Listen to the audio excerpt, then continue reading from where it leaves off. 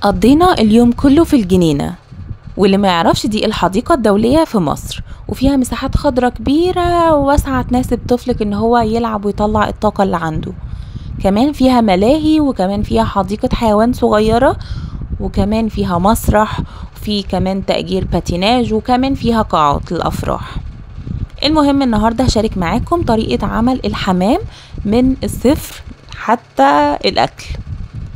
اول حاجة هنغسل الحمام كويس جدا من اي ريش طبعا او اي حاجة من كده، عشان الحمام بيتاكل بالجلد بتاعه. في ناس طبعا ممكن ما تاكلش الجلد عادي، بس هو ايه، الجلد بتاعه خفيف يعني ما فيهوش دهون، فاحنا لازم ننضفه كويس جدا وما يبقاش فيه اي شعر او اي ريش او اي حاجة.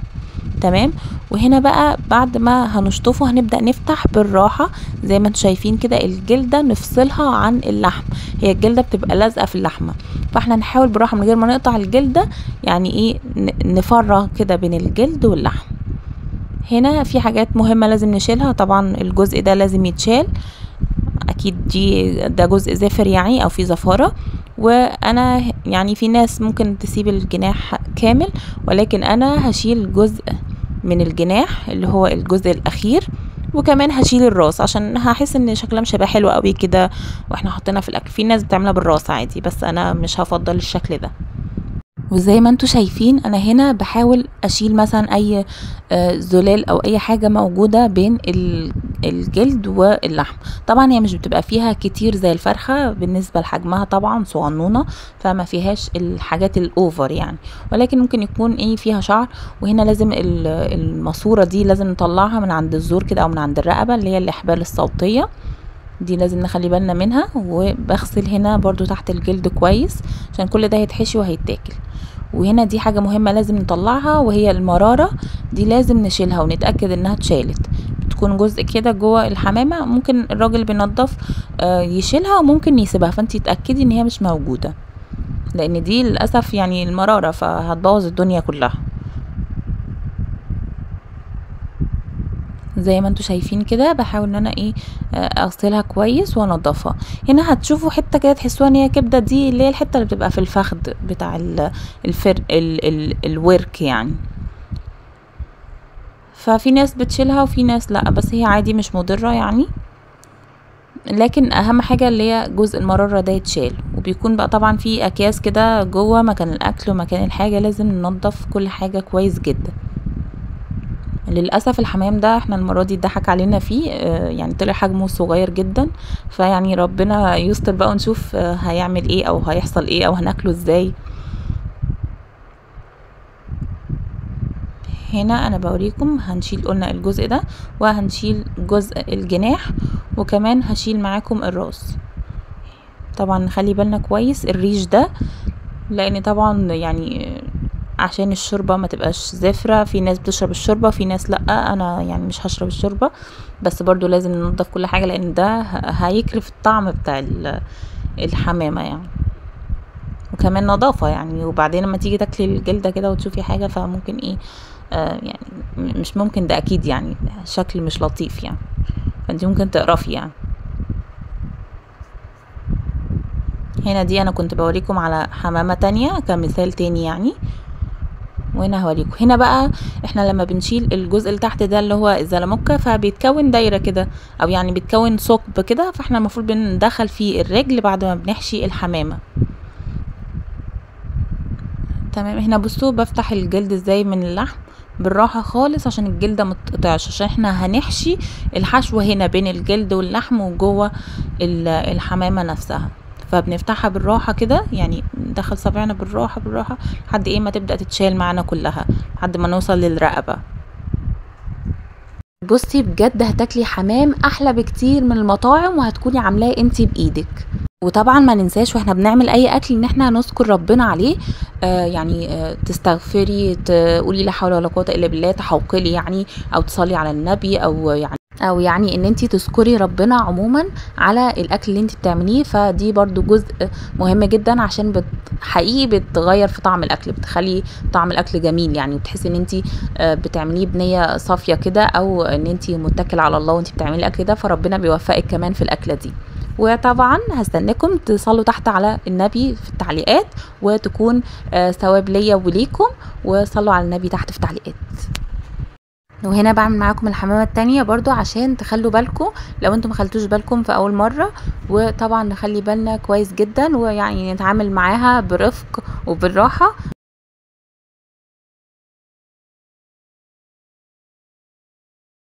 ونخلي بالنا كويس عشان لو دي ضاعت او يعني لو الجلده دي اتقطعت شكرا كده، الحماميه مش هتعرف تحشيها وهتبقى صغننه خالص ومش هيبقى ليها لازمه يعني.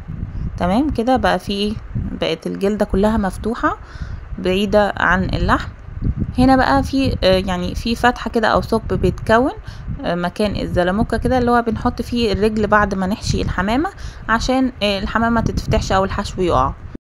تمام. طيب لو اتقطعت منك بقى وانتي بتنضفيها او كده، هوريكي قدام ازاي تدخلي الرجل او تقفلي الحمامه. يعني طبعا في ناس بتخيطها بالخيط مش بتخيطها يعني بتربطها بالخيط، وانا يعني مش حابه كده، يعني مش حابه اني احط خيط في الاكل، يعني حاجه مش حلوه خالص بالمره.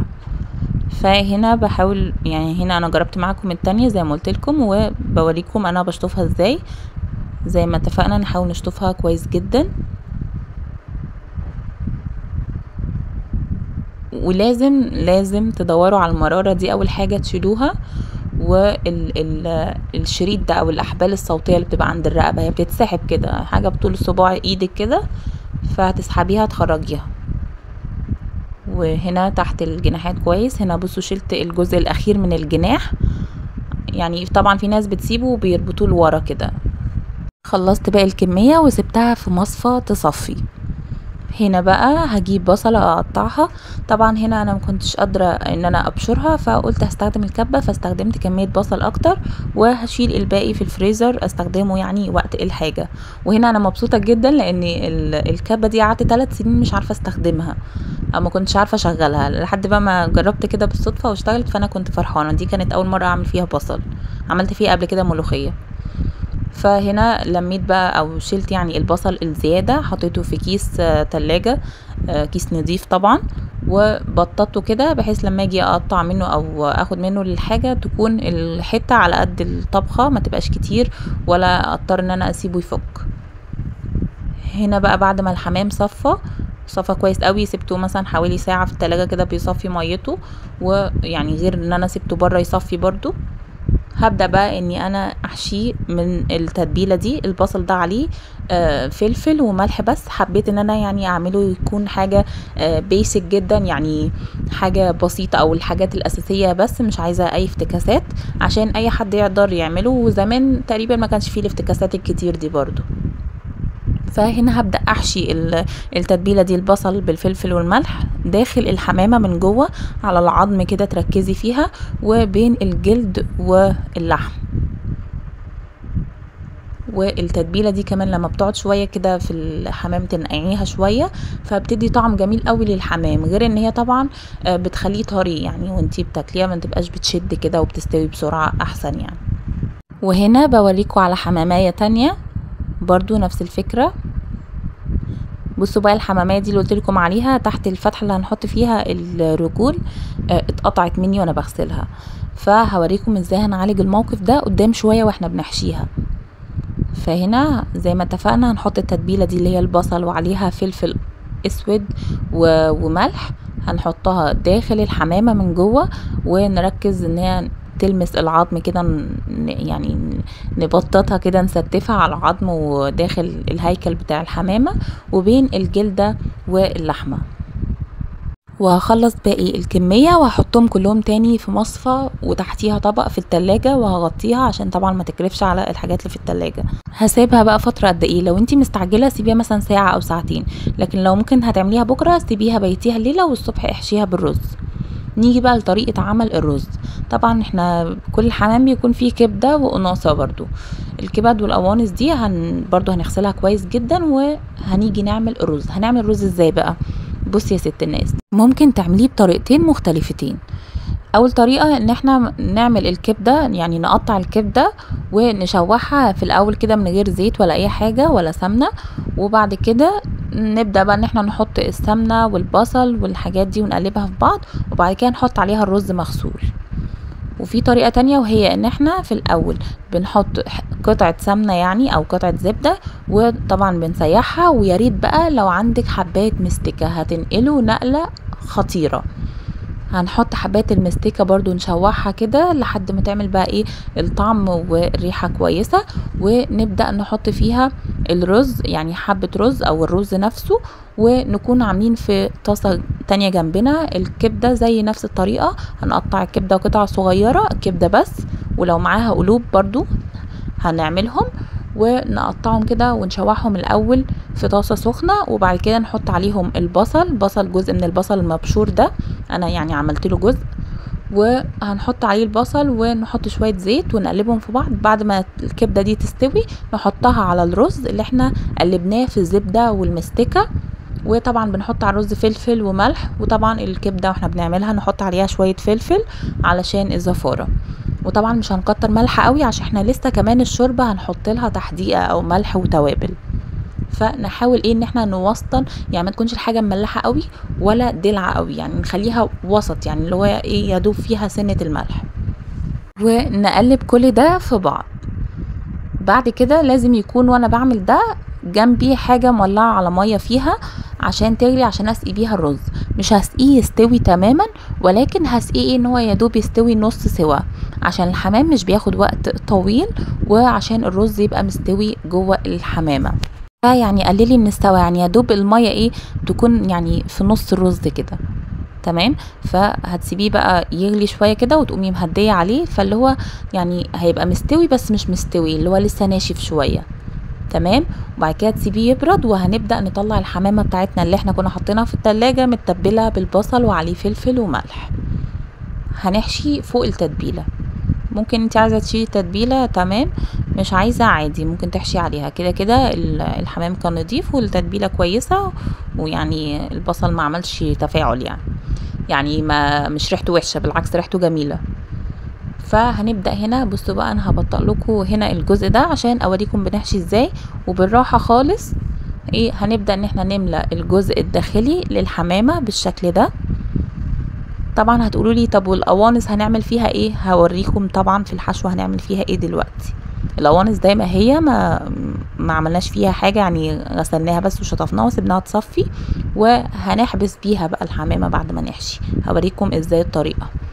هنا برضو في الجزء ده بوريكم حمامتين، يعني عشان ايه اللي ملحقش يستوعب في الاولى فيشوف التانية.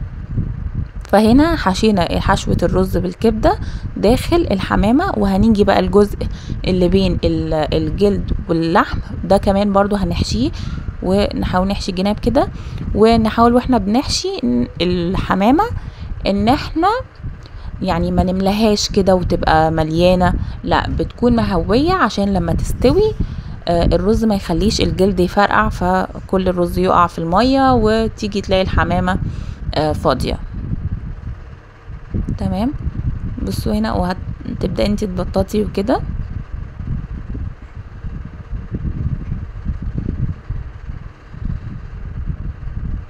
هنبدأ اللي هو نحشيها كده بالشكل ده لحد ما نطلع فوق عند الزور وفي الجناب وكده، بس ايه ما نخليهاش مليانه كده ومبكبكه. وهنا انا بحط الحاجه بس انا برجع افردها تاني عشان انا ما اضطرش ان انا ادخل ايدي جوه فاقطع الجلده، فاكون بوظت الحماميه كلها. ركزوا بقى عشان حته ان انا هقفل الحمامه دي مهمه جدا.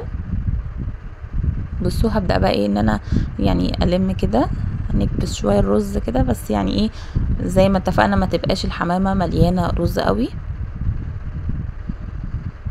يا جماعه انا بعمل بايدي عشان غاسله ايدي يعني، وانا يعني مش حابه ان انا البس جوانتي، يعني ايدي طبعا هتكون انضف من الجوانتي وانا غسلاها كويس جدا طبعا.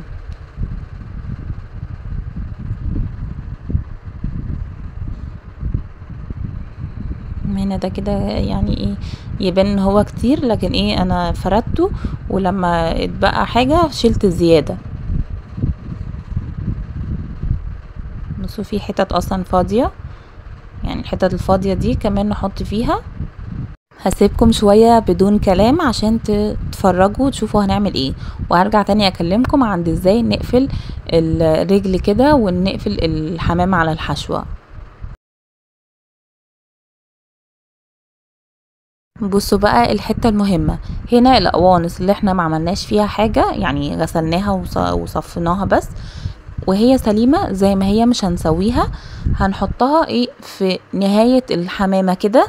هتقولولي يعني انتي سويتي الكبدة اللي هي اصلا بتستوي قبل القناصة والقناصة سايباها مش مستوية؟ ما تقلقوش، هي هتستوي عشان هي هتبقى اكتر حاجة معرضة للمية. تمام، المية المغلية او الشوربة اللي احنا هنحطها فيها فهتستوي وهتبقى تمام، يعني ما تخافوش ما تقلقوش من حاجة زي دي خالص. هنا بقى الحتة الفاصلة، وهي ان احنا هنقفل بقى الحمامة ازاي بدل ما نربطها بالخيط. يعني احنا زي ما قلنا الجزء اللي هو تحت اللي هو الزلموكة ده لما بنشيله بيتكون ثقب كده او خرم يعني، فهنبدأ ايه ان احنا يعني نلين كده العظمة الاول، عشان وانا بدخلها العظمة بتبقى جامدة شوية فممكن تقوم قطعة الجزء ده. فايه يعني اهو شايفين،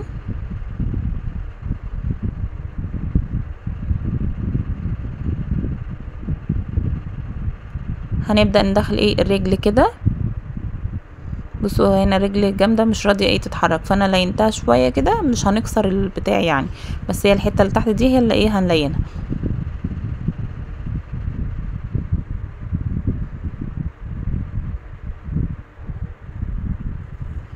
بالظبط كده. والرجل التانية برضو نفس الفكره، هندخلها كمان في نفس المكان، ونخلي بالنا بالراحه خالص عشان ما تقطعش الجلده. حتى يعني لو الجلدة اتقطعت فالحمامة التانية اللي هعملها معاكم هيكون برضو الخرم ده مقطوع، فهبدأ ان انا يعني ايه اشوف لي مخرج تاني. هنا انا خلاص دخلت رجلين قفلتهم يعتبر، وهنشد الجلد كده عليهم.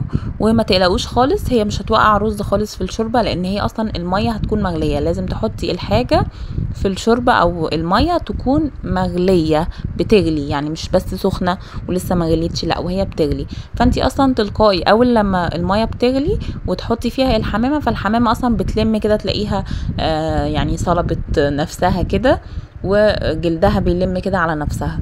فما تقلقيش خالص، هي مش هتوقع اي حاجه، غير لو انت حشاها حشوه كتيره فممكن تتقطع فتنزل الحشوه اللي فيها الرز او الفريك بقى اللي انتوا هتعملوه. فاحنا هنا حاشين بالرز، يعني الرز والكبده بتاعه الحمام. تمام، دي الحمامه التانية هوريكم برضو هنعمل نفس الخطوات. هنحشي داخل الحمامه كويس وبين الجلد واللحم، المكان اللي احنا كنا فاتحين واحنا بنغسل ده لحد ايه الرقبة فوق، ونحاول ان احنا ما نملاهاش عشان ما تفرقعش في المية لما نحطها. وهنحشي برضو نفس الفكرة، وهوريكم بقى في الحمامة دي مفيش الثقب اللي تحت ده ان احنا نقفل بيه الرجل او الرجلين يعني، فهوريكم هنعمل ايه. هنا انا سرعت لكم الجزء ده شويه، مش انا بحشي بالسرعه دي يعني، اللي هو يا ريت كنت حشيت بالسرعه دي. تمام، فاحنا بنحشي بالراحه خالص ونخلي بالنا، عشان احنا اهم حاجه بالنسبه لنا في الحوار ده الجلده ما تتقطعش. تمام، ونفس التفاصيل هنا هنقفل بقطعه القوانص او القناصه بتاعتها. وهنا بقى هبدا اوريكم هنتصرف ازاي. تمام، هنا دي اهي مقطوعه فمش هينفع نحط فيها الرجلين ونقفل. طب احنا هنسيبها مفتوحه كده، على فكره حتى لو سيبناها مفتوحه كده عادي هتلم على نفسها، وده اللي اكتشفته يعني بالتكرار.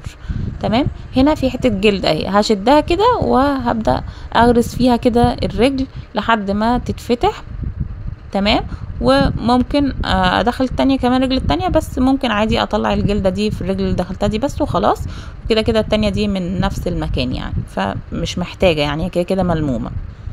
تمام، فيعني الفكرة ان مش لازم نكون مكتفين الحمامة يعني مش الاساس ان احنا، او يعني دي مش خطوة في شكل الحمامة اللي هي لازم الحمامة تكون متكتفة، لا احنا بنعمل اصلا الخطوة دي عشان الحشوة ما تقعش في المية وتحافظ على الحشوة اللي جوه الحمامة.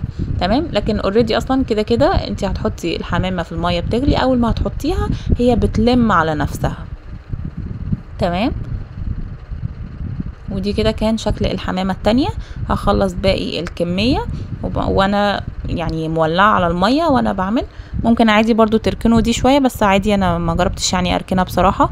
هو بركن بس حشوه البصل، وبعد كده بحشي الرز في الحمام، واكون مولعه على الميه تغلي اللي انا هسلق فيها الحمام. تمام. فهنا بقول لكم ان انا بخلص باقي الكميه بنفس الطريقه عادي. وبرضو لو مش عارفه اقفل رجلين بعمل الحركه دي، بدل من ان انا اقفلها بخيط وتبقى حاجه وحشه جدا يعني بحس ان هي مثلا مش هتكون حاجه صحيه. فحاولوا يعني ايه ان انتوا تستخدموا الطريقه دي بدل الخيط. وبعد ما الميه تغلي، هو انا للاسف يعني كنت مستعجله فما لحقتش اصور الميه وبتغلي وبحط فيها ايه وهنحط الحاجه دي ازاي، لاني كنت مستعجله عشان احنا كنا نازلين رايحين الجنينه زي ما قلت لكم. فالميه بعد ما تغلي بحط فيها بصلايه صغيره، او لو هي كبيره نحط نص بصلايه، او عادي البصلايه كبيره يعني مش تفرق. ونحط طبعا نتبلها ملح وفلفل، ونحط معاها ورق الغار او ورق لورا، وحبهان نحط مثلا حبيتين او 3، وكمان في ورد كده بتحط للشوربه نحطه. كل دي حاجات هتعمل طعم جميل في الشوربه. عايزه بقى تحطي جزر او طماطمايه حطي، انا ما حطيتش يعني. وهنا الحمام بقى بعد ساعة الا ربع بيستوي. انا للاسف يعني سهيت عليه شوية، ففي جزء مني اتفتح من قدام عشان غلي كتير يعني، لان كنت مشغولة في حاجات تانية بقى بنلبس وبنجهز وكده. المهم ايه، فملحقتش طبعا اصور لكم وانا بحطه في الشوربه، ولا وانا بطلعه، ولا وانا بحمره، عشان كانت الدنيا انا مشغوله اصلا في التحمير والدخان اللي طالع والحاجات دي. وده يا ستي شكل الحمام النهائي بعد ما اتسلق. المفروض بنسيبه ساعه الا ربع ونبص عليه يعني، او مثلا من نص ساعه تبصي عليه، عشان برضو حجم الحمامه بيفرق في وقت التسويه. هنعمل ايه بقى بعد ما يتسوى؟ نطلعه على طول من الشوربه ونسيبه يبرد حوالي ساعه مثلا. هو اهم حاجه يبرد يعني ما يكونش سخن. وبعد كده في طاسه على النار، عايزه تعمليه في الزبده او السمنه البلدي، هتحطي جزء سمنه بلدي تسيحيه، وبعد كده تحطي ايه قطع الحمام اللي عندك. ولو هتحمريه في الزيت فطاسه وتكون مليانه زيت، وتحطي بقى القطع اللي عندك او عدد الحمامات اللي عندك. وفي تركايه بقى جميله هتخلي بقى لون الحمام ذهبي. هو هنا انا مش حاطه عليه حاجه، بس في تركايه حلوه انا يعني عملتها قبل كده، اللي هي بتمسحي مسحه عسل اسود كده على الجلد بعد ما يتسلق يعني ويبرد، قبل ما تحطيه يتحمر بتمسحي مسحه كده بالعسل الاسود عليه. بعد كده بتحطيه يتحمر بقى في الطاسه اللي فيها سمنه بلدي او فيها زيت. واهم حاجه تكوني فاتحه الشباك او فاتحه الشبابيك بمعنى اصح، او لو عندك شفاط طبعا شغليه، وهيكون طعمه بجد تحفه ولا اروع. طبعا شكله هيكون خرافي. وبصوا ما فيش حاجه فكت، وعادي انا مش رابطه بخيط، والحمامه فضلت زي ما هي. واللي اتفتح مني او اتقطع الجلد منه عشان انا للاسف سبته وقت اطول من المفروض يتساب على النار، وطبعا محدش بيصور خيبته، فعشان كده ما صورتلكوش الخيبه اللي حصلت. وبس كده يا ستي، ودي كانت طريقتي في عمل الحمام المحشي من البدايه خالص للنهايه. وبجد طعمه كان جميل جدا وكل حاجه، ولكن هو ما شبعناش في يوم زي يوم الجنينه. فانا انصح بيه ان هو يكون في البيت او يتاكل في البيت، حتى لو انتي عامله اكل جنبه. وما تنسيش لو عجبك الفيديو تعملي لايك واشتراك للقناه لو انتي مش عامله اشتراك للقناه، وفعلي زر الجرس للكل عشان يوصلك كل الوصفات اللي انا بعملها. واكتبوا لي رايكم في التعليقات بكل صراحه عادي، وبحبكم كتير. باي.